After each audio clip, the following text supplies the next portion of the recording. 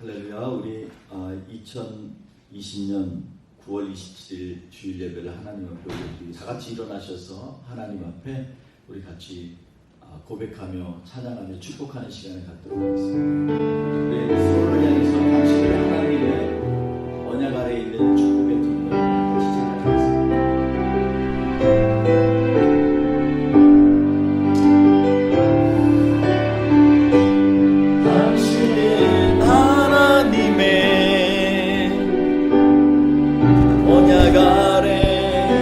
축복의 통로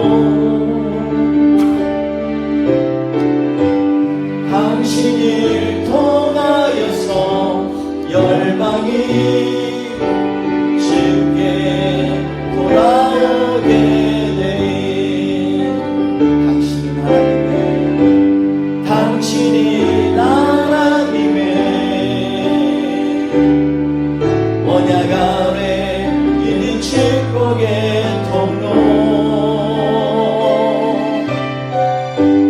당신을 통하여서 열방이 주께 예배하게 되리. 하나님께서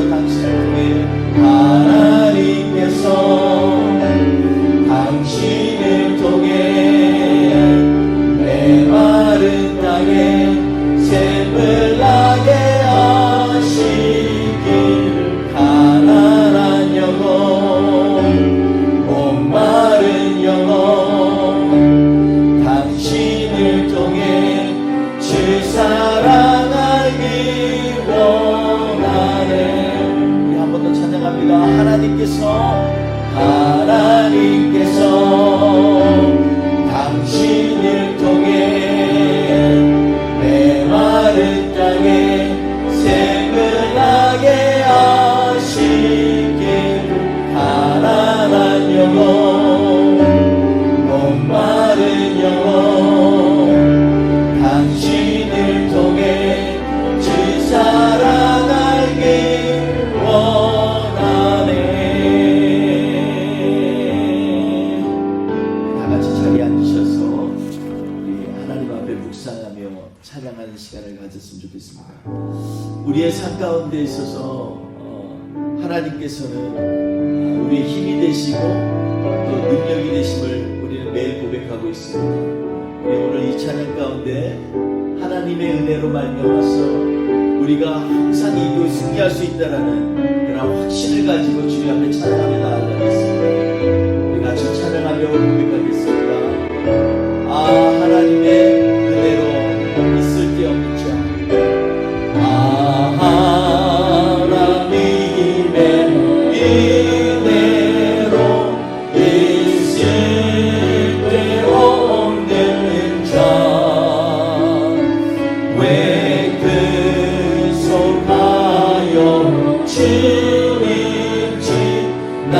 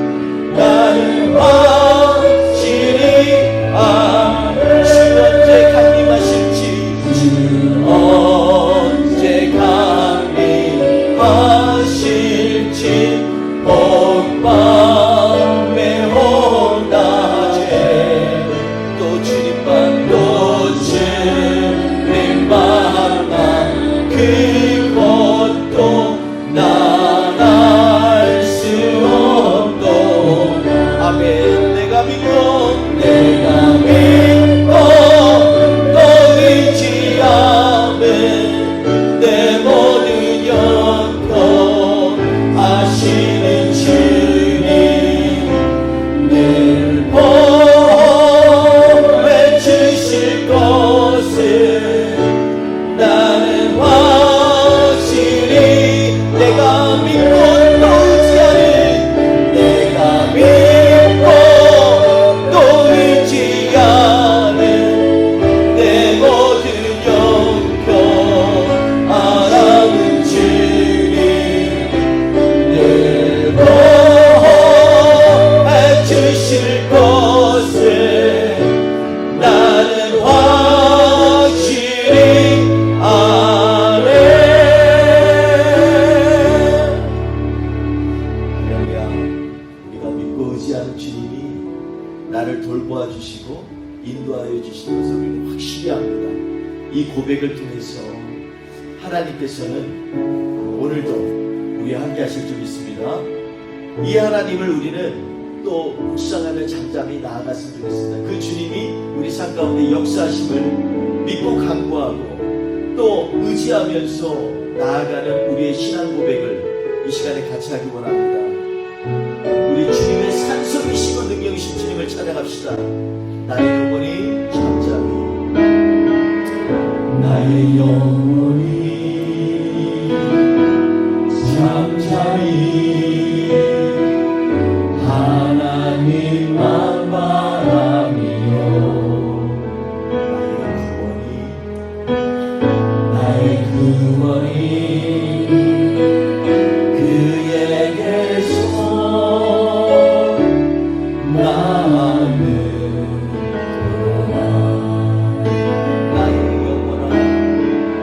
나의 영혼아 잠잠히 하나님만 바라라. 나의 소망이 저에게서 나는 너나 오직 주만이 오직 주만이 나의 반석 나의 구원이시니 오직 주만이 오직 주만이 나의 산성 내가 요동치 아니하리.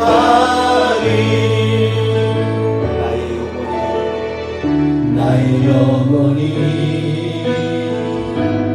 간절히 여호와를 갈망하며 나의 입술이 여호와를 찬양하리.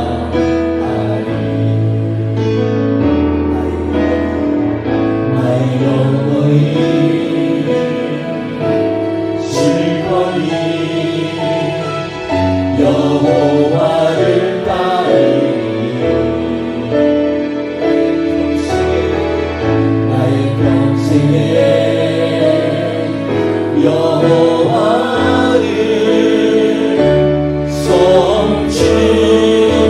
송축하리. 오직 주만이 오직 주만이 나의 반석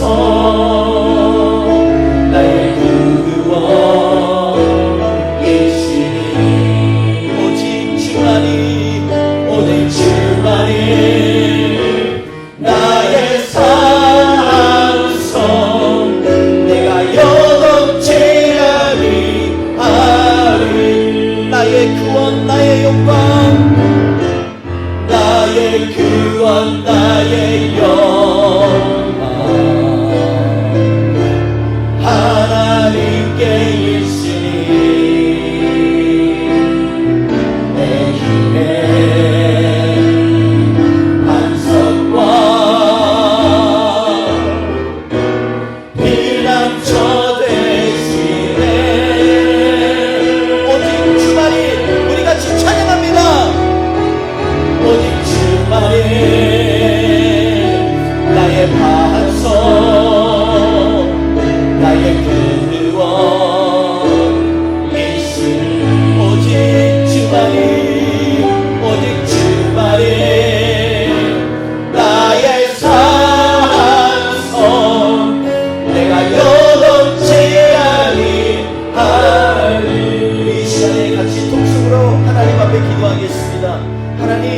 주만이 나의 힘이고 능력이십니다.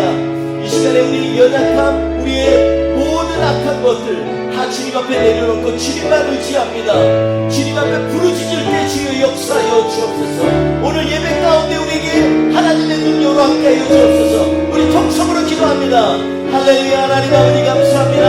하나님 아버지, 우리를 사랑하시는 주님, 우리의 힘이 되시고 우리의 강한 산성 되시고 우리의 능력 되신 주님, 이 시간에 하나님 아버지 앞에 간절히 기도하오니 주여 우리의 기도 가운데 인자하여 주옵소서. 하나님 아버지, 우리의 마음을 아시지요. 하나님 아버지, 우리의 능력이 되신 주님을 찬양하며 나아가기 원합니다. 주님, 이 시간 우리의 입술의 고백이 능력 있게 하옵소서. 할렐루야. 우리 다 같이 찬양합니다. 오직 주만이 나의 반석, 오직 주만이 나의 반석, 나의 근원이시니 오직 주만이, 오직 주만이 나의 산성, 내가 영원치 아니. 우리 한 번 더 찬양합니다. 오직 주만이, 오직 주만이 나의 반석, 나의 근원. 그렇습니다. 주님, 오직 주만이, 오직 주만이 나의 산성, 내가 영원치 아니하리, 내가 영원치 아니하리.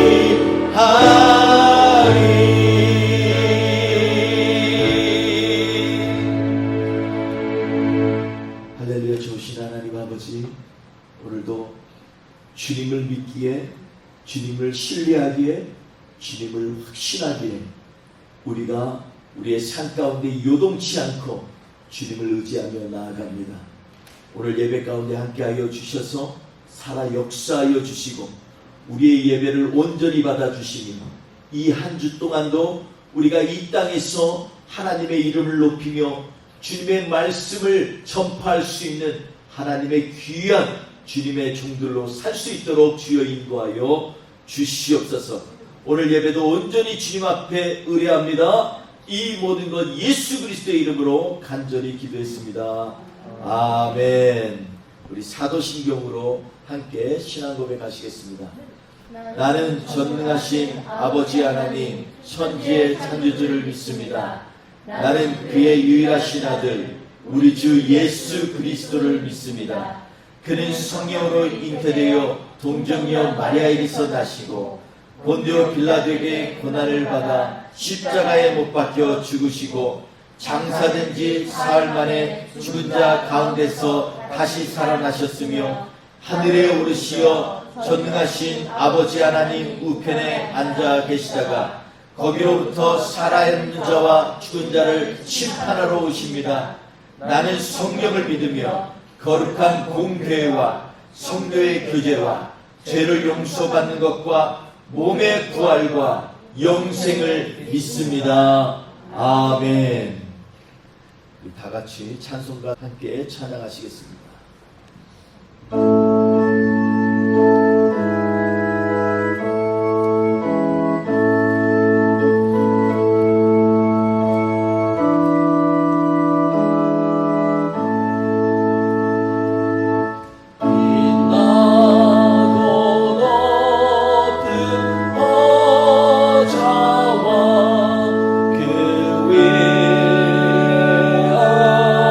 주신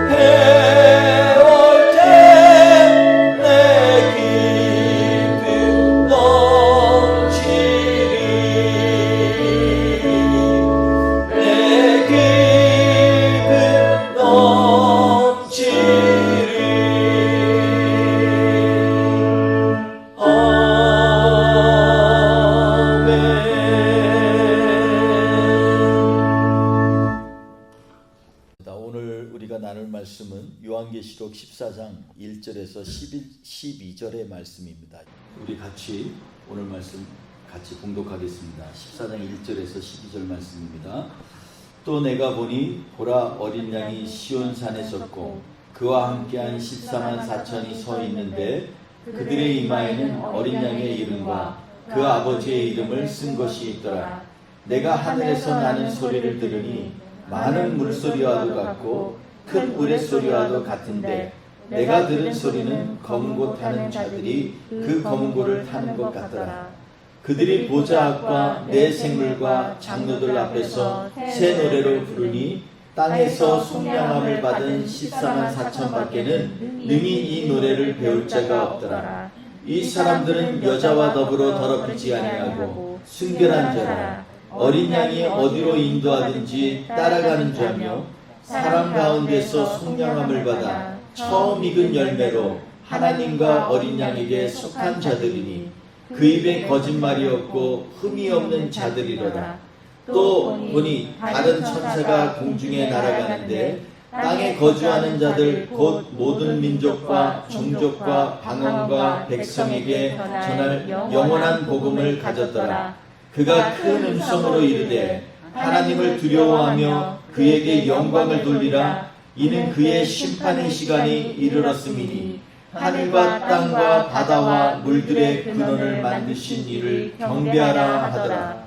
또 다른 천사 곧 둘째가 그 뒤를 따라 말하되 무너졌도다 무너졌도다 큰 성 바벨론이여 모든 나라에게 그의 음행으로 말미암아 진노의 포도주를 먹이던 자로다 하더라. 또 다른 천사 곧 셋째가 그 뒤를 따라 큰 음성으로 이르되 만일 누구든지 짐승과 그의 우상에게 경배하고 이마에나 손에 표를 받으면 그도 하나님의 진노의 포도주를 마시리니 그 진노의 잔에 섞인 것이 없이 부은 포도주라. 거룩한 천사들 앞과 어린 양 앞에서 불과 유황으로 고난을 받으리니 그 고난의 연기가 세세토록 올라가리로다. 짐승과 그의 우상에게 경배하고 그의 이름표를 받는 자는 누구든지 밤낮 쉼을 얻지 못하리라 하더라. 성도들의 인내가 여기 있나니 그들은 하나님의 계명과 예수에 대한 믿음을 지키는 자니라. 아멘. 할렐루야. 오늘 말씀을 통해서 당신은 준비가 되었나요? 라는 제목으로 같이 말씀을 나누려 합니다. 오늘 말씀 나누기 전에 우리 계속해서 전도지가 계속 매주마다 나옵니다. 제7호 바이블 루트라고 하는 전도지가 또 나왔습니다. 지난주에 제가 선교사님 출신이었던 목사님, 또 그냥 목사님, 그리고 길에 지나가던 그런 분들한테도 이걸 한번 나눠줘 봤어요. 제가 혹시 몰라서. 그래서 만들면서 야 정말 우리 손사모님이 디자인을 잘해서 이렇게 손이 확 가는구나 이렇게 생각이 들었습니다. 나눠주면서 우리가 매일마다 묵상하는 말씀인데 한번 읽어보세요 하고 제가 나눠줬는데 벌써 피드백이 왔습니다. 그리고 피드백이 두 사람한테 나왔고 지나가던 분들 유심히 끝까지 가는데 그냥 저 보는 앞에서 그러는 줄 알았는데 제가 이렇게 쭉 지켜보니까 길을 꺾어져 돌아갈 때까지 계속 말씀을 보는 거예요. 그래서 우리도 알지 못하는 사이에 하나님의 말씀을 정말로 갈급한 사람이 많이 있구나 이런 생각을 해봤습니다. 여러분 오늘 말씀과도 관계가 되지만 계속해서 뒤에 배치해 놓은 것 또 아시에 새롭게 저희 교회 레벨을 붙여놓고 거기에다가도 전도지를 놔뒀습니다. 다른 것도 저희가 확인해보고 놀 수 있는 곳을 찾아서 준비해 보려고 합니다. 때를 얻든지 못 얻든지 멀리 갈 필요도 없고 주변에 만나시는 분 혹시 우연히 지나가는 분들에게도 이렇게 말씀을 나눌 수 있는 귀한 기회를 절대 잊지 마시고 우리가 전도에 힘쓰는 그런 우리 교회가 되시기를 주의 이름으로 축원드리겠습니다. 우리 오늘 말씀은요.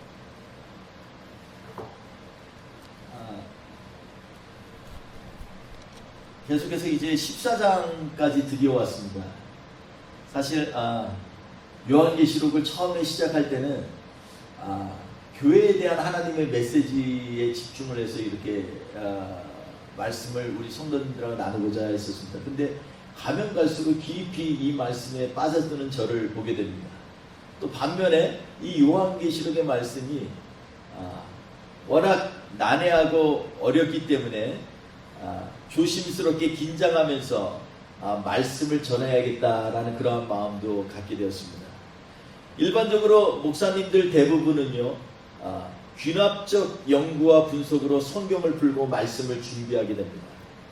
저도 귀납적 성경 해석이 성경을 이해하고 연구하는데 큰 도움을 준다라고 생각하고 있습니다. 왜냐하면 귀납적이라는 말은요, 개별적인 특정 사실이나 사건, 원리들 이런 것들로부터 일반적이고 보편적인 진리를 이끌어내는 작업을 의미하기 때문에 그렇습니다.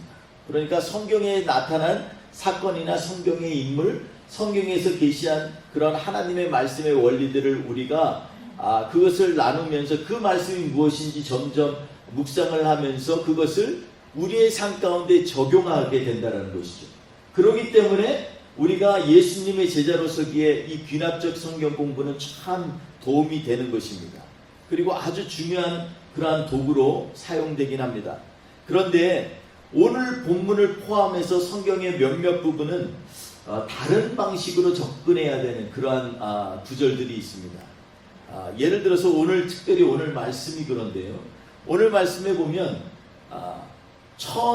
처음에부터 어떤 일반적인 보편적인 사건을 얘기하신 것이 아니라 처음 14장 1절에서 5절까지의 말씀을 통해서 하나님께서 원하시는 결론적인 말씀을 먼저 선포를 합니다.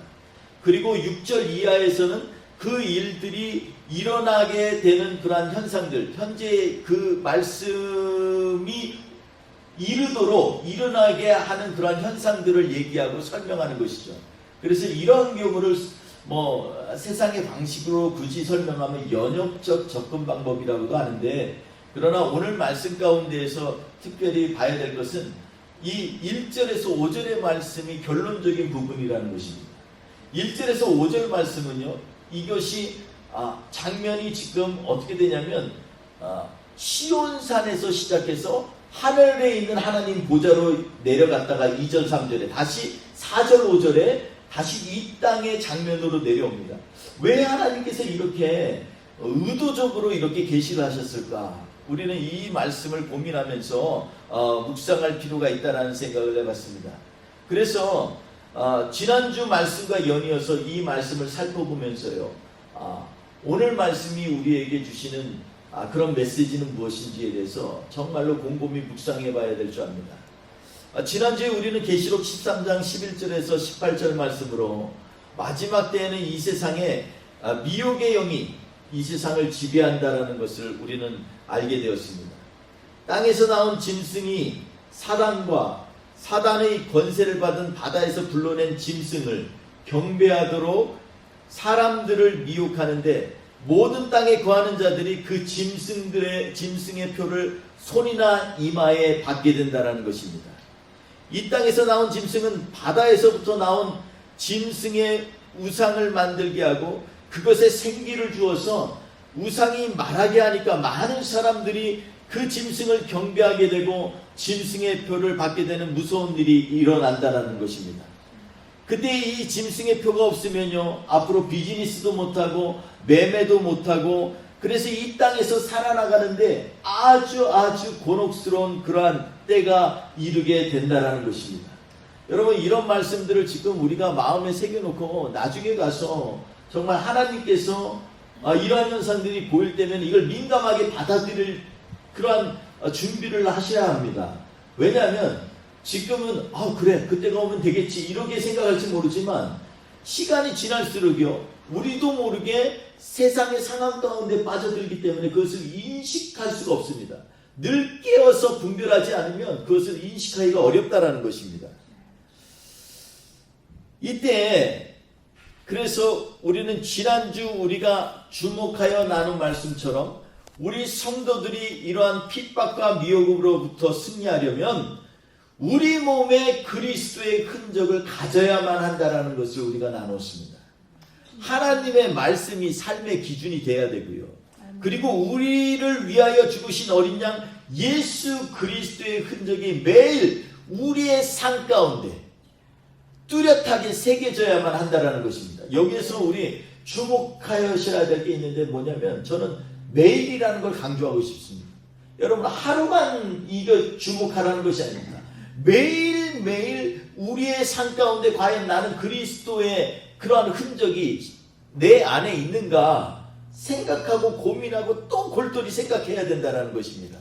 이것만이 우리로 하여금 짐승의 미혹과 핍박으로부터 승리케 하는 강력한 무기가 되는 것입니다. 아멘. 이렇게 주님이 오실 때가 가까이 이르면 성도들은 더욱 성령 안에 깨어 있어서 악한 권세와 세력으로부터 이겨나가야만 합니다.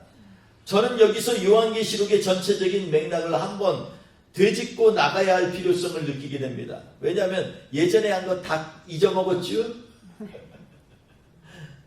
네, 요한계시록의 메시지는요, 먼저 교회들에게 주어졌습니다. 교회로 하여금 스스로 돌아보게 하고 자신들의 연약함과 죄성들을 회개케 하고 주님께서 다시 오실 때 주님의 정결한 신부로 준비되게 하려는 의도를 갖고 있습니다. 그래서 깨어있으라는 것입니다. 더러운 것은 벗어버리라는 것입니다. 잘못 보면은 눈에 안약도 바르고 좀 귀도 깨끗게 하고, 그래서 하나님 앞에 민감하라는 것입니다. 그 위에 7인의 재앙이 나오는데, 이 재앙들은 대부분 인간의 부패한 심령과 악한 행위로부터 기인하는 그러한 재앙들이라는 것을 우리가 나눴습니다. 인간 내면에 있는 욕망들이 이게 터져 나오기 시작한다는 것입니다. 자기 중심적인 생각들 때문에 이것이 인류의 재앙이 되어 돌아온다는 것입니다. 이기는 것에 몰두한다는 것입니다. 인을 뗄 때마다 이기고 또 이기려고 한다는 것입니다.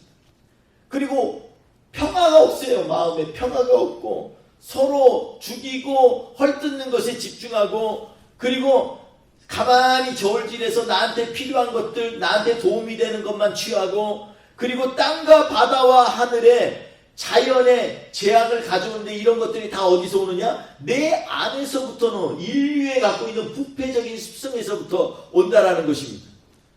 여러분, 금년에도 여러분 자연재해가 얼마나 심각합니까? 미국만 해도요, 우리가 조지아주에 살고 있는 거 정말 하나님 앞에 감사하고 또 감사해야 됩니다. 동서남북 재해가 없는 곳이 하나도 없습니다. 캘리포니아 지역은요, 마지막 때가 왔다고 두려워하고 떨던 사람들이 그렇게 많았다고 합니다. 왜냐하면 하늘이 다 시뻘겋게 변하니까. 그런 현상이요, 성경에만 나오는 줄 알았지 실제로 나오는지 아무도 몰랐다라는 것입니다. 사실 하나님께서 베풀어 주신 자연과 환경은 전 인류가 누리고 먹고 살기에 충분한 자원과 재원입니다. 우리가 지금 걱정하고 근심하는 거 사실은 그거 어떻게 보면요, 실질적으로 우리에게 다가온 그러한 문제가 되지 않습니다. 앞으로를 때문에 걱정하고 염려할 때가 너무나 많습니다. 그러나 인간의 욕심과 탐욕이요, 매년 수천만 명을 굶주리게 합니다. 가난과 기아에 허덕이게 하고, 그리고 결국은 사람들로 하여금 피폐해져서 죽게 하고 악하게 만드는 것입니다. 그게 누구 때문입니까? 우리 갖고 있는, 인간이 갖고 있는 마음의 본성 때문에 그렇습니다. 아프리카를 보십시오. 처음부터 황폐한 땅이 아니었습니다. 비옥한 땅이었습니다. 권력을 오래 잡으려는 몇몇 독재자들의 탐욕과 허영심이 전쟁을 일으키고 자연을 훼손하고 사람들을 굶주림과 죽음으로 내몰고 있지 않았습니까? 아시아 지역도 큰 차이가 없습니다. 남아메리카 지역이라고 똑같습니다. 모든 재앙과 비참한 상황도 대부분 사람들의 죄와 탐욕에서 비롯되었다는 것입니다. 우리 주님께서는 요한계시록을 통하여 이것을 깨닫게 하시려는 것 같습니다. 8장부터는 7 나팔의 재앙이 나옵니다. 그런데 이 7 나팔의 재앙은 우리가 나눈 것처럼 자꾸 재앙을 주면서도 하나님이 우리를 죽이려고 주시는 재앙이 아니라 깨닫게 하시려고 하는 거예요. 그래서 자꾸 나팔을 부는 것입니다. 천사를 통하여 나팔을 부는 것입니다. 재앙을 통하여서 경고하시는 것입니다. 그렇게 살면 안 돼 라고 하나님 말씀하시는 것입니다. 겉으로 드러나는 현상은 천재지변으로 수묵과 바다와 바다의 피조물들과 배의 3분의 1이 다 타버리게 됩니다. 그리고 사람들도 3분의 1이 죽게 되고요. 물과 근원도 3분의 1이 훼손되고 해와 달과 별들의 3분의 1이 이 치명타를 입는다라고 성경은 기록되고 있습니다. 그뿐입니까? 사람들에게 큰 질병과 전염병과 화가 임해서 수많은 사람들이 죽고 싶어도 죽지 못한다라고 성경에 기록되어 있습니다.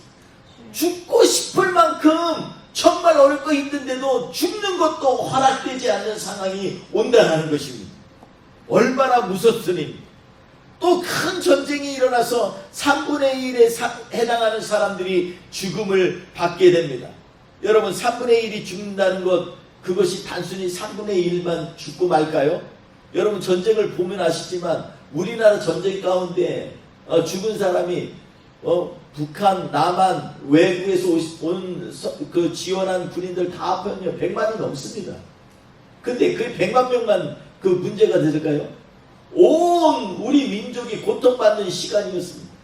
먹지도 못하고 아파하고 가족과 떠나보내고 죽음 때문에 슬퍼하고 우리는 수십 년 동안 고통을 받고 힘들어했습니다. 여러분 전쟁으로 다치고 죽고 고난을 당한다고 보면 이것은 모두에게 해당되는 것입니다.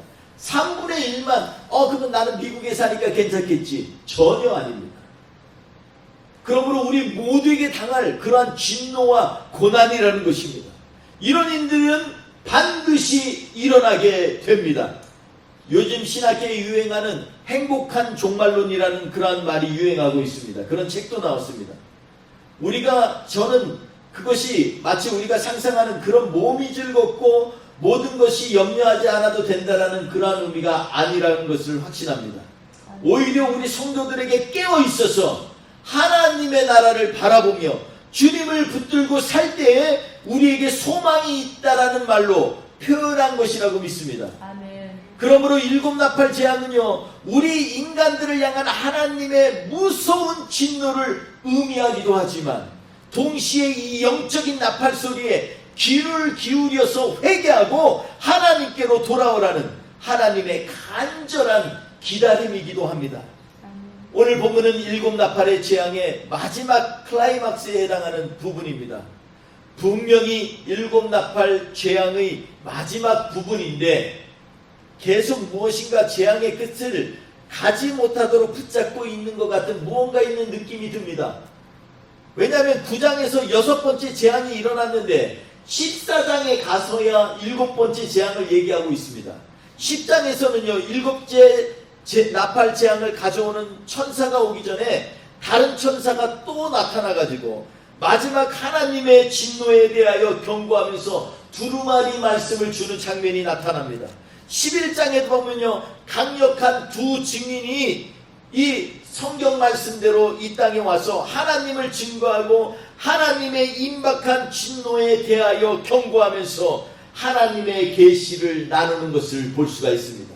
12장 13장에는요 교회가 하나님을 증거하는 시대에 사탄과 그의 추종 세력도 동시에 강하게 반발하면서 그들의 권세를 드러내고 하나님의 뜻에 반발하고 거스리는 일들을 자행하는 것을 알려주는 것입니다. 계속해서 하나님께서는 임박한 하나님의 변개치 않으시는 결정적 진노를 일으키시기 전에 천사들을 보내시고 증인들을 보내시고 교회를 보내시고 하나님의 선지자들을 보내시고 또 천사들을 보내셔서 사람들이 회개케 하도록 기회를 주시고 있는 것입니다. 그런데 하나님의 한없이 인자하시고 더디 노하시는 하나님의 참사랑에 인간들이 회개하지 않고 오히려 하나님을 저주하는 그들의 모습에 한탄하시는 것을 우리는 볼 수 있겠습니다. 오늘 본문은 드디어 인류를 향한 하나님의 결정적인 사건을 말씀하고 있습니다. 저는 이것을 거룩한 분리라고 표현하고 싶습니다. 거룩한 분리라는 것입니다. 하나님의 선택하신 성도들을 세상에서 따로 나누어서 하나님의 나라로 구별하는 장면을 묘사하고 있기 때문입니다. 그래서 우리 성도들을 위하여 주님께서 예비하신 장소가 바로 본문에 나오는 시온산입니다. 시온산은 위치적으로는 예루살렘 성전이 자리한 지역의 산을 뜻하고 있습니다. 그러나 오늘 말씀은 우주적인 계시의 한가운데 전 인류의 구원에 대한 묘사를 하고 있으므로 위치적인 시온산을 언급하는 것이 아니라 영적 의미를 내포한 상징적인 곳을 의미하는 것으로 봐야 할 것입니다. 히브리어에서 시온이란 보호받는 혹은 양지바른이라는 의미를 갖고 있는 어휘로서요, 문맥상 하나님께서 보호하시는 장소를 뜻하고 있습니다. 그런데 이곳에 14만 4천 명이 어린 양과 함께 서 있는 것 장면이 나옵니다. 우리가 7장에서 살펴보았듯이 14만 4천 명은요, 구약과 신약 시대에 망라한 하나님의 백성을 일컫는 상징적인 숫자로 보아야만 합니다. 거듭 말씀드리지만 많은 이단들이 이 숫자를 가지고 자신들만의 구원받는 수로 오용하여 해석하고 있습니다. 조금만 주의 깊게 살펴보면요, 그렇지 않은 것을 알 수 있는데 이단들은 자꾸 알레고리하게 해석하고 서로 맞지도 않는 성경 구절을 억지로 꿰 맞추려 하고 있기에 우리는 항상 깨어 민감하게 하나님의 말씀을 묵상하여야 하겠습니다. 이들 14만 4천 명의 이마에는 어린 양의 이름과 아버지의 이름이 쓰여져 있다고 기록합니다. 그렇다면 이들은 단순히 구원받는 사람이라기보단 현실의 삶 속에서 하나님의 보호하심을 믿는 믿음을 가지고 고난과 연단 가운데 하나님을 경험한 사람들을 의미하는 것입니다. 아멘. 왜냐하면 하나님께서 자신의 이름을 알려주실 때에는요, 반드시 경험적으로 하나님을 만나게 해주시기 때문입니다. 아멘. 여러분, 창세기 22장 14절에 보면 여호와 이레라는 그러한 이 이름이 나옵니다. 아브라함이 하나님의 명령을 받아서 3일 길을 걸어서 모리아 산으로 갑니다. 그곳에서 그의 독자 아들 이삭을 이 번제로 바치라고 하나님은 명령하시고 있습니다. 이삭을 번제로 바치려고 할 때 미리 스작을 준비해 놓으셨다라는 그러한 의미가 바로 여호와 이레입니다.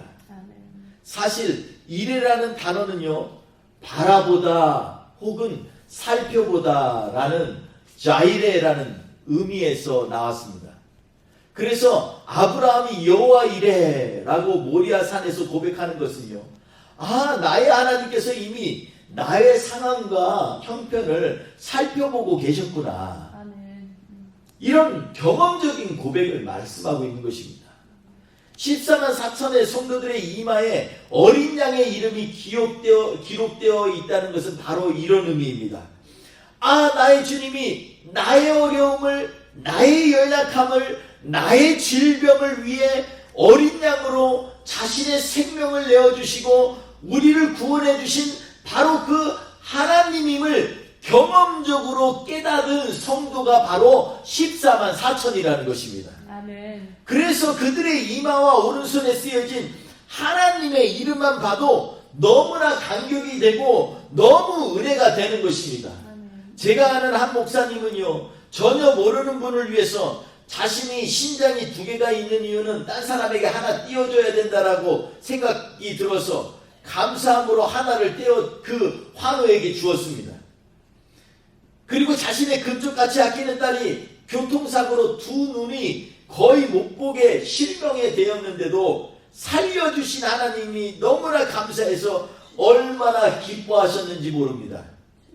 교회 앞에 누군가 놓고 간 갓난아기를 입양할 사람을 찾지 못하니까 그 나이가 벌써 60이 다 되셨을 때인데도 누뚱이처럼 그 아이를 입양해서 키웠던, 그래서 그 아이가 공부를 못해도 감사, 사고를 쳐도 감사, 그저 감사밖에 모르는 그러한 목사님이 계십니다. 이 목사님께서 하늘나라에 가시면 아마도 그의 이름에 그저 감사케 하신 하나님 이라는 이름이 기록되어 있을 것이라고 생각합니다. 저희 어머님이 살아생전에 기도를 참 많이 하셨는데 특히 저를 위하여 기도하시면서 응답을 받으신 것이 있습니다. 저보고 항상 하셨던 말씀이, 아들아, 너는 그저 목회를 하다가 어려운 일이 생기면 하나님께서 아버지 이렇게 부르기만 하라고 하셨어. 그러면 하나님께서 너와 함께 하신다고 하셨어. 그러는 것입니다. 그때 제가 속마음으로는, 겉으로는 내 어머니 그랬지만 속으로는 에이 어머니 무슨. 그런데 제가 이제껏 살면서 문제가 앞에 오면은요, 나도 모르게 아버지 이렇게 부르게 됩니다. 이렇게 기도합니다. 그래서 제 기도에는 아버지가 굉장히 많습니다. 아버지 도와주세요. 아버지 인도해 주세요. 아버지 제가 무엇이 필요해요. 항상 우리 하나님 아버지는 저를 긍휼히 여기셔서 그때부터 지금까지 저의 기도를 들어주셨습니다. 아마 제가 주님 앞에 가면 아버지라고 부르게 하신 하나님이라고 제 이마에 써 있을지도 모릅니다. 그렇습니다. 다시 말하면 성도들은 각자 적어도 한 가지 이상 하나님을 경험한 이름이 있어야만 한다는 것입니다. 아멘. 치료의 하나님, 도움의 하나님, 함께 하신 하나님, 능력의 하나님, 적어도 여러분의 이마와 손에 하나님의 이름이 기록되길 하나님께서는 지금도 기대하고 계십니다. 그러므로 우리는 주님을 매일 각자의 생활 속에서 경험하여야만 합니다. 그래야 3절에서처럼 자신만 하는 하나님의 노래가 있어서 14만 4천 성도 외에는 능히 이 노래를 배울 수 없다라고 얘기하고 있는 것입니다.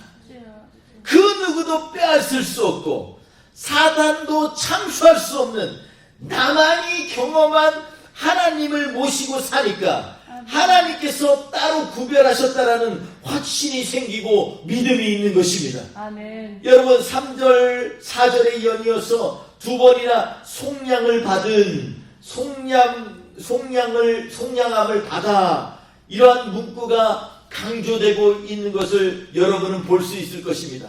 이 말씀을 쉽게 말하면 하나님께서 너를 사셨다라는 말입니다. 속량하였다라는 것은 그것을 갚았다라는 것입니다.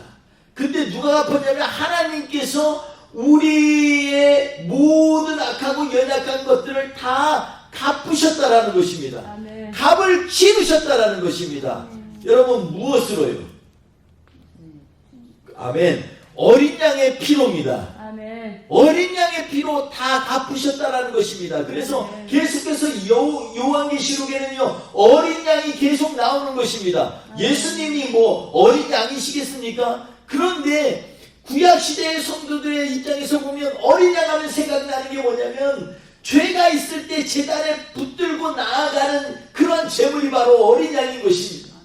그래서 그 양이 피를 흘릴 때 하나님 나의 죄를 사하여 주시고 이 양에게 나의 죄를 전가하여 주시옵소서.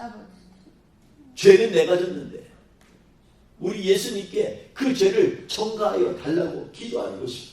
그런데 놀라운 것은요 우리 주님께서 기꺼이 그렇게 하셨다라는 것입니다. 아멘. 하나님이 구속하기로 준비된 자에게는요 그러므로 이 어린 양의 보혈이 있을 수밖에 없습니다. 그러므로 그렇게 될 때 오늘 우리에게 4절 5절에서 나오는 하나님이 구속되기로 준비된 자에게는요 4가지 특징들이 있습니다. 엄밀히 말하면 이것은 조건입니다. 4가지 조건을 충족될 때 우리는 하나님이 구속하기로 준비된 상징적인 숫자 14만 4천에 들어갈 수 있다는 것입니다. 괜히 이상한 데 가서 막 방언하고 괜히 이상한 데 가서 나는 하나님 만났다 그래서 주는 것이 아니라는 것입니다. 성경 말씀에 보면 이런 오늘 지금 4절 5절에 나오는 이 사람이 바로 14만 4천에 드는 사람이라는 것입니다. 첫째로 이 사람들은요 여자와 더불어 더럽히지 아니한 사람이라고 기록되어 있습니다. 여러분 여기에서 더럽히다라는 동사는요 수동용으로 쓰였습니다. 다시 말해서 더럽혀졌다라는 것입니다. 원래 과거의 죄로 인해 더럽혀진 것은 예수 그리스도의 보혈로 이미 씻겨주시겠다고 약속하셨습니다. 그것은 어차피 내 힘으로 되는 것이 아닙니다. 그런데 현재의 삶 속에서 마음으로 더러운 생각을 하고 죄를 지으려 기회를 찾는 일들은 자신이 변하려는 의지와 결단이 있어야만 합니다. 아멘. 세상 풍조를 따라서 쉽게 더러움에 빠지는 것을 그냥 용납하면 안 됩니다.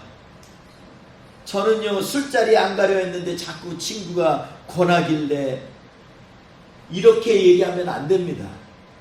음란한 동영상을 안 보려 했는데 자꾸 눈이 가서, 이거 변명이 안 됩니다. 외로워서. 얘기가 안 됩니다. 이거는요, 내가 아무리 논리적으로 설명을 하고 변명을 하려고 해도 이것은 아닙니다. 왜냐하면 죄의 속성은요, 내가 하는 게 더럽혀지기 때문에 그렇습니다. 오는 문제와 상황 가운데서 나를 지켜내는 것이 바로 하나님의 사람들이 행할 일이라는 것입니다. 그러므로 우리는요, 죄의 속성은요, 더럽혀지는 것입니다. 그러므로 더러움은 외부에서 오는 것이고, 그래서 이런 것들은요, 우리가 단호히 물리쳐야 합니다. 제가 아는 한 분은요, 아예 고속도로에서 차를 세워놓고 음란물을 보다가 경찰에 걸려서 벌금이 문 적이 있다는 소리를 들었습니다. 내 안에 자꾸 더러운 생각과 습관이 생기면요, 나도 모르게 그것에 자꾸 가까이 가게 된다는 것입니다. 빠져들게 됩니다. 그런데 이런 것을 여러분 용납하면 안 됩니다. 단호히 잘라내야 됩니다. 아멘. 둘째로, 하나님이 구속되기로 준비된 자는 순결한 자입니다. 원래 순결한 자는 결혼을 안 한 젊은 여자를 일컫는 단어인데, 고대 히브리 문학에서 남자들에게도 사용되는 경우가 많이 있었습니다. 야곱의 아들이며 종으로 팔려갔던, 그래서 애굽의 총리가 되었던 요셉을요, 이 유대 문학에선 순결한 자로 언급하고 기록하고 있습니다. 몇몇 역사학자들은요, 14만 4천의 수는 결혼을 하지 않고 젊을 때 신앙을 지키기 위하여 순교를 당한 초대교회의 젊은 성도들의 수를 암시하는 것이라고 그렇게 해석하는 견해도 있습니다. 또한 사탄이 보낸 짐승을 숭배하기를 거부하고 짐승의 표를 받지 아니한 신앙의 정결을 지킨 이들을 지명하는 것이라고 말하는 신학자들도 있습니다. 여러분, 고린도후서 11장 2절에 보니까 내가 너희를 정결한 처녀로 그리스도께 드리려고 중매함이로다, 이렇게 바울 사도는 고백하고 있습니다. 여러분, 고린도 교회를 향해서 너희를 정결한 처녀로 준비하여서 그리스도께 드리려고 내가 중매하고 있다 라고 얘기를 한다는 것입니다. 그러면서 뱀의 관계와 미혹을 당하지 말고 진실함과 깨끗함으로 그리스도를 향하라고 바울 사도는 강권하고 있습니다. 여러분, 시편 51편에 다윗이 자신의 죄를 자복하는 시편인데, 여기에 보면 7에서 10절에 다윗이 찬양으로 고백한 게 있습니다. 다윗은 정결한 마음 달라고 하나님께 매달리는 마음의 표현을 하고 있습니다. 정결한 마음 주시옵소서. 오 주님, 나를 멀리하지 마시고 정직한 영을 나에게 새롭게 없소서. 하나님께서는 기뻐하시는 제사는요, 정결한 마음으로 드리는 제사이기 때문에 다윗은 자신의 죄를 씻어달라고 간구하는 것입니다. 그러므로 우리는 날마다 주님의 보혈을 힘입어서 주님의 은혜에 합당한 정결한 신부로 준비되어야겠습니다. 아멘. 셋째로, 하나님이 구속하기로 준비된 자는 어린 양이신 예수 그리스도가 어디로 인도하든지 뒤따라가는 사람입니다. 4절에 보니까 어디로 인도하든지 따라가는 아콜루테인이라는 그러한 단어가 복음서에만 70번이 나옵니다. 그리고 다른 신학 성경에도 10번이나 나오는 단어가 뭐냐면 따라간다라는 것입니다. 따라가는 것입니다. 그렇습니다. 우리는 주님을 따라야만 합니다. 아멘. 어디를 가든지 주님을 따르는 사람이 하나님의 사람입니다. 아멘. 저명한 신학자인 시나켄버그는요, 참 제자란 하나님 나라에 들어가게 하시겠다는 약속을 붙잡고 죽기까지 예수를 따르는 것이다, 이렇게 말씀하고 있습니다. 마태복음 19장 28절에 보면 예수님은요, 세상이 새롭게 되어 인자가 자기 영광의 보좌에 앉을 때 나를 쫓는 너희도 12보좌에 앉아 12 이스라엘의 지파를 심판하리라 라고 말씀하고 계십니다. 여러분, 나를 쫓는 너희도 주님을 쫓는 사람이라는 것입니다. 종합해 보면 14만 4천은 마지막 때에 어떠한 환란이나 공고나 핍박이 와도 우리 아버지 하나님을 향해 믿음을 지킨 그리스도를 쫓는 사람들을 상징하는 것으로 우리는 볼 수가 있습니다. 한 가지 더 5절에 보면 그 입에 거짓말이 없고 흠이 없는 자가 하나님이 구속하기로 준비된 자입니다. 그 입에 거짓말이 없다라는 말은 관용어구입니다. 이 말을 다른 말로 하면 진실만을 말한다라는 것입니다. 진실만을 말한다는 것입니다. 또 한 가지 본문에서 강조되는 것은 하나님을 향한 능동적인 믿음의 반응이 성도들에게 필요하다는 것입니다. 6절에 보면 모든 민족과 종족과 방언과 백성에게 전하여야 할 영원한 복음이 있다라고 말씀하고 있습니다. 그런데 여기서 이 영원한 복음을 천사가 갖고 있는데 이것을 전하여야 할 책무는요 14만 4천으로 대표되는 성도들에게 주어진 거라는 겁니다. 여기서 복음이라는 단어에는요 다른 데는요 앞에 이 토유앙겔리온 그래서 그럴 때는 하나님의 복음을 얘기합니다. 그런데 신약 성경에 오직 유일하게 오늘 본문에서만 앞에 관사가 안 붙어요. 그냥 유앙겔리온이라고 복음이라고 얘기합니다. 이 말은요 전하다라는 동사로 능동용으로 쓰여져 있는 그러한 동사도 바로 뒤에 유앙겔리에가 나옵니다. 본문을 정확히 표현하면 영원한 메시지가 전하여진다라고 번역할 수가 있습니다. 여기서 복음이라는 말보다는 그냥 메시지입니다. 이게 복음하고 관계없어서 그런 게 아닙니다. 더 풀어보면요 그 메시지는 언제나 존재해 왔고 언제나 유효하지만 그 메시지는 전하여진다 이렇게 해석할 수가 있겠습니다. 다시 말해서 이 메시지는 바로 예수 그리스도 그 자체를 의미합니다. 그렇지 않다면 이 메시지가 모든 민족, 족속, 방언, 백성에게 스스로 전해질 수가 없습니다. 누가복음에 보면 천사가 메시지를 가지고 마리아에게 그리고 요셉에게 그리고 들에 있는 목자에게 동방박사에게 전하였습니다. 메시아가 온다라는 것입니다. 예수가 온다라는 것입니다. 모든 열방에 전하여질 메시지는 스스로 전하여지게 됩니다. 영원한 진리이시고 생명이시고 모든 만물의 근원이신 우리 주 예수 그리스도가 바로 이 메시지이기 때문에 이 메시지를 받으면 복된 소식이 되지만 이 메시지를 받지 않으면 영원한 저주에 속하게 됩니다. 그래서 어린 양 되신 예수께서는 그분의 제자들에게 이 복음의 메시지를 부탁하신 것입니다. 왜냐하면 이 메시지가 바로 영원히 사느냐 영원히 죽느냐 좌우하는 결정적인 키이기 때문에 그렇습니다.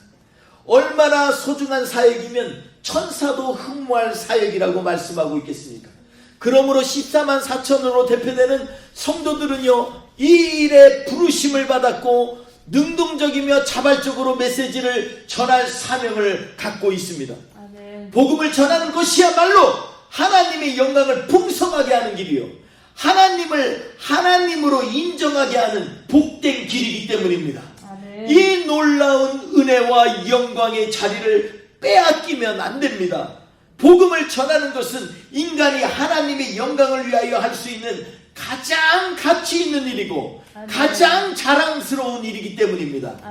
한 가지 더 중요한 것은 이 메시지의 핵심은요 우리 주님이 다시 오신다라는 것입니다. 그것도 심판의 주로 다시 오신다라는 것입니다. 7절에 보니까 심판의 시간이 이르렀음이니 라고 말씀하고 있습니다. 여기서 우리가 주목해야 할 것이 있는데 이르렀으니 라는 원래 원어는요 엘덴이라는 단어인데 이것의 시제는 단순한 과거입니다. 이미 이르렀다라는 것입니다. 그런데 이런 관용어구적으로 쓰일 때 이것은 의미적으로는요 과거가 아니라 과거에 일어난 것처럼 앞으로 완료되어서 반드시 하나님의 나라가 하나님의 심판이 이 땅에 임한다고 할 때도 과거 시제로 사용합니다. 그러니까 여기에서 하나님의 심판이 이르렀으니 이 말은 비록 시제로는 과거로 이르렀었다 라고 설명하지만 그만큼 확신에 찬 것입니다. 아멘. 다시 말하면 과거에 이뤄진 사실처럼 앞으로 그 심판이 반드시 올 것이다 라는 선포인 것입니다.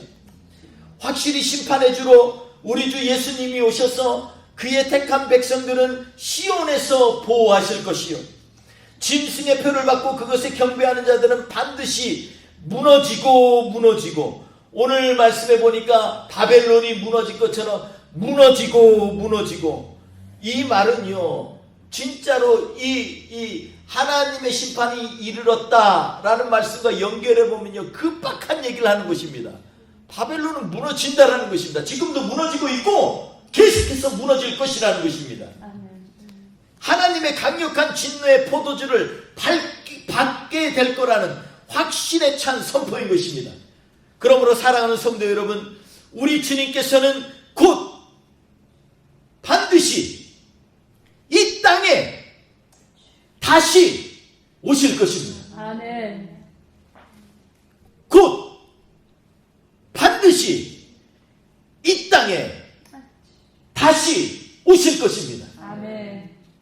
그리고 이 땅의 공중것에 잡은 사람과 그의 세력들을 심판하시고 영원한 징벌을 행할 것입니다. 아멘. 그러나 사랑하는 하나님의 백성들은 주님과 함께 세상에서 왕처럼 영원히 다스리며 영원히 함께 거하실 거라고 약속하고 계시는 것입니다. 아멘. 그러므로 사랑하는 성도 여러분, 우리는 믿음의 연단 가운데 하나님의 보호하심을 확신하며 순결하고 정결한 신부처럼 주님을 모실 준비를 하며 어디든 주님께서 인도하시는 곳에 가서, 어디든 주님께서 인도하시는 상황에 가서, 어디든 주님께서 가라고 하신 곳에 가서, 어디든 주님께서 만나라고 하신 사람을 만나는 곳에 가서 영원한 복음을 나누는 주님의 백성이 되어야 되겠습니다. 아멘.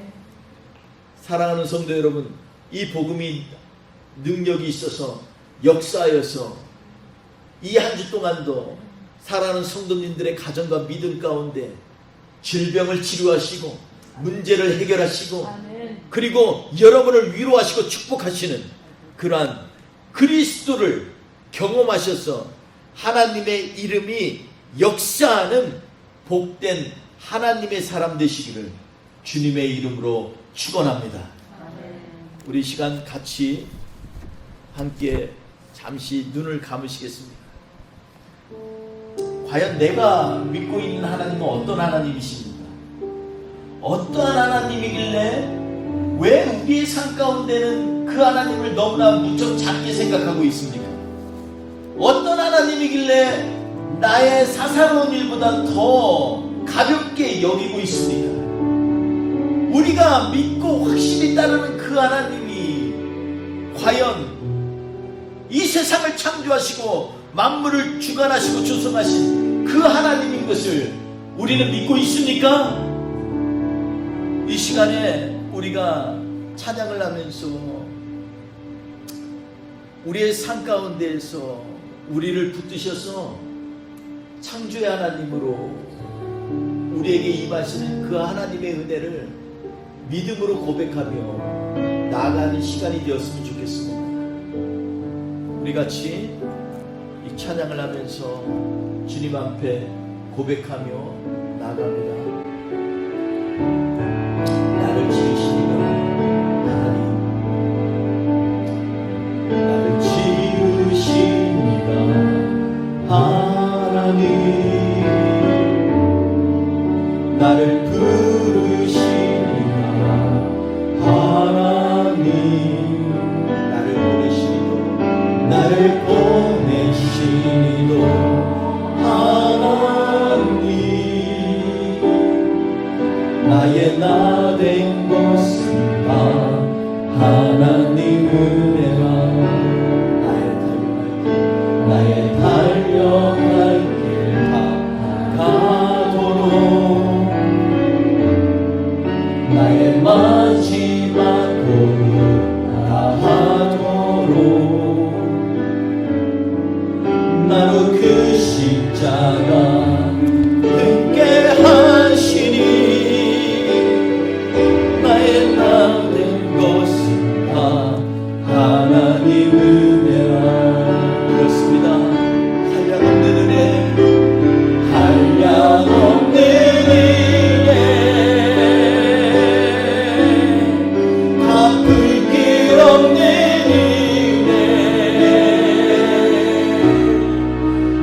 삶을 내어 사는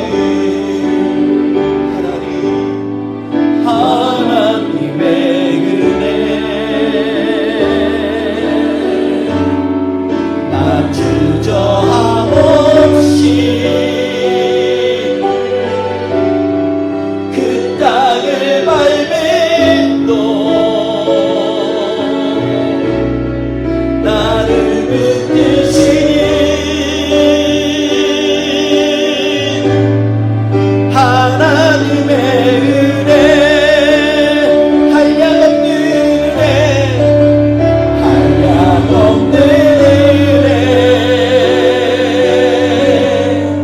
갚을 길 없는 은혜 내 삶을 내어사 주여 선배 하나님의 은혜 난 주저함 없이 그 땅을 밟음도 나를 붙드시는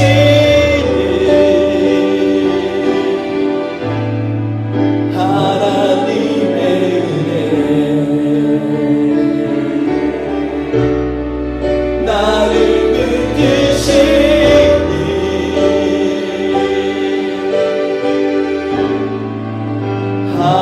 하나님의 은혜 주님 이 시간에 주님께서 우리에게 말씀하실 때 너희는 준비가 되어 있는가 이렇게 물으신다면 우리는 무슨 대답을 할까요? 주님 우리는 정말로 정결한 신부로 준비되어 있습니까? 우리는 정말로 외부에서 우리를 더럽게 하는 모든 죄악의 상황 가운데서도 주님을 붙들고 승리하며 나아가고 있습니까? 우리는 과연 주님 앞에서 정말로 흠도 없이 점도 없이 주님 앞에 준비되기 위하여 매일매일을 소중하게 신중하게 정직하게 깨끗하게 살고 있습니까? 주님 우리를 주의 성도로 부르심을 믿습니다. 우리가 갖고 있는 모든 죄악들을 예수 그리스도 어린 양의 모여로 이 시간에 깨끗게 하여 주셔서 우리에게 삶의 끈대가 되어 주시고 문제 가운데 해결이 되게 하여 주시옵시고 질병 가운데 승리하는 믿음의 표적이 되게 하여 주시옵소서. 하나님 아버지 이 시간에 함께 하여 주실 줄 믿습니다. 우리 사랑하는 주의 성도들 가운데 은혜를 베풀어 주셔서 이 한 주를 살 때에도 하나님 의지하고 준비되어 있는 마음으로 살게 하여 주시옵소서. 주님과 동행하는 이 한 주 복된 한 주 될 수 있도록 매일매일 날마다 주님 앞에 믿음으로 제단에 예배드리는 하나님의 복된 자들 되게 하여 주시옵소서. 오늘도 주님 앞에 마음을 드렸습니다. 기도를 드렸습니다. 강구를 드렸습니다. 정성을 드렸습니다. 예물을 드렸습니다. 주님 드린 손길들마다 하나님 은혜를 베푸시고 주님께서 우리의 은혜가 되어주시고 능력이 되어 주시어서 한 주도 승리케 하여 주시옵소서. 하나님 이 자리에 참석치 못한 우리 귀한 성도들 어디에 있든지 간에 주님 기억하여 주시고 하나님의 은혜로 채워주시기를 간절히 바라고 소원하고 하나님 질병도 물리쳐주시고 몸이 아픈 모든 구석구석마디마디마다 새 힘을 허락하여 주시고 악한 병균조차도 예수의 이름으로 떠나가고 그러한 모든 세포들조차도 새롭게 하는 역사가 이 시간에 임할 줄 믿습니다. 주여 함께하여 주시옵소서. 예수님의 이름으로 간절히 기도했습니다. 아멘. 지금은 우리 구주 예수 그리스도의 은혜와 아버지 하나님의 크신 사랑하심과 성령님의 동행하시고 역사하심이 이 시간에 하나님 앞에 자신을 드리고 자신을 결단하여 하나님의 정결한 신부로 준비되기를 원하는 주의 모든 권속들의 머리머리 위에, 그리고 애틀란타의 지역사회에 있는 교회들과 잃어버린 영혼들을 위해 세계 땅끝까지 주님의 말씀을 증거하게 하여 오늘도 애쓰고 전심전력하는 선교사님들과 주의 사역자들을 위해 지금부터 영원토록 함께 하시기를 간절히 축원하옵나이다. 아멘.